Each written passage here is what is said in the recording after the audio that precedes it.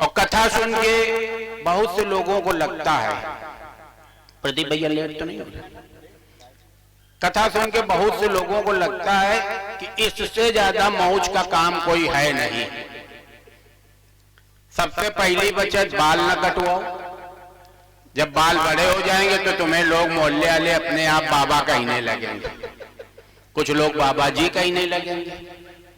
तो ऐसे हम अपने भट्टा में, हमारे ईटक भट्टा है, तो हम एक कथा करावा, तो हमारे प्रधान जी रहे यादव जी डेली आते थे। हमें लगता था बड़े भक्त हैं, कथा सुनने आते थे।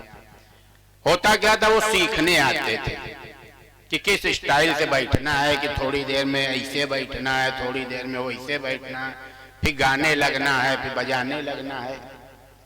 जब कथा खत्म भई तो प्रधान जी हमारे पास आए, कहीं नन्नू भैया अब एक कथा हमारी कराओ। अमृत भैया बिल्कुल सच्ची कर वो बता रहे हैं कहानी। कहीं नन्नू भैया एक कथा हमारी कराओ।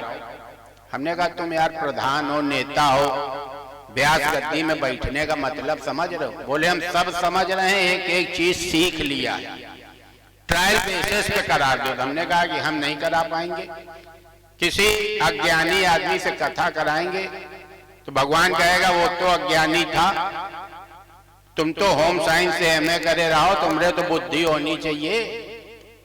लेकिन वो नहीं माने, उनने गांव में एक कथा रख ली। हमको भी निमंत्रण आया, हम उनकी कथा सुनने गए प्रदीप भैया। सबसे पहले उन्होंने मसाला पुड़िया फाड़ी, प्रधान जी ने मसाला खाया, फिर किताब खोली, फिर पुस्तक में उंगली रख रख के एक एक शब्द पढ़ रहे थे। तो हम गए, हमने पैर छुए, क्योंकि व्यास गद्दी में जो बैठता है भगवान होता है। हमने धीरे से उनके कान में कहा, हमने कहा मसाला खा के ये पुस्तक पढ़ रहे हो, ये तुम्हारे मुंह के छिट्टे इसमें पुस्तक में पढ़ रहे हैं, कितना पाप पढ़ रहा होगा सोचे हो? कहे लगे तुम हो मूर्ख एक नंबर के। इस समय हम व्यास गद्दी में बैठे हैं, हमारा मुंह गंगा है और ये जो छिट्टा है ये गंगा जल है। हमने कहा ये हो अच्छा करो बता दीनो। दूसरे दिन हम फिर गए, हमने उनको एक पुड़िया दी, उनने मसाला समझ के खाया। उसके बाद हमारी तरफ देखते जाएं और मुंह चलाते जाएं। फिर हम क्या बुलाएंगे, कहेंगे क्या चीज खिलाए हो? न खट्टा रही, न मिठा रही, बख्ठा रही, बीच बीच में कुरकुर कुरकुर कुछ आता है। हमने कहा कल हम आए थे, आपने कहा मेरा मुंह गंगा है। अभी 6 दिन पहले हमारे पिताजी खत्म भए हैं, अस्थियां लेके हमें प्रयागराज जाना था।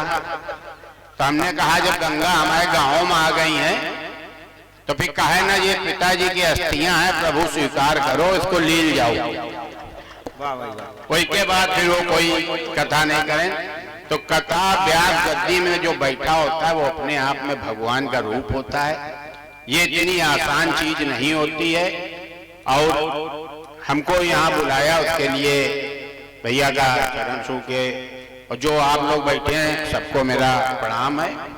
और काकाई बहुत अच्छा कार्यक्रम है, मेरे आज सौभाग्य थे जो यहाँ आने को मिला। और प्रदीप भैया को भी मेरा प्रणाम है, कर्नल साहब को भी बहुत बहुत आभार, इन्होंने समझाया। हमारे क्षेत्र के सभासद पवन पांडे जी बैठे हुए हैं और ये इतने भक्त होंगे हमको नहीं पता था।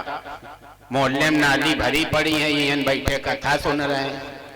इसको भक्ति कही जाएगी, हरामीपन कहा जाए। जिसने वोट दिया वो मरे जा रहे हैं सब हैं। और ये आज हमको यहाँ पकड़े मिले, ऐसी जगह मिले इनका हम कुछ कह भी नहीं सके थे। ये हमारे रिश्तेदार हैं, लेकिन कानपुर के टाप के सभासद हैं। सवेरे 6 बजे निकलते हैं, रात में 12 बजे घर पहुँचते हैं।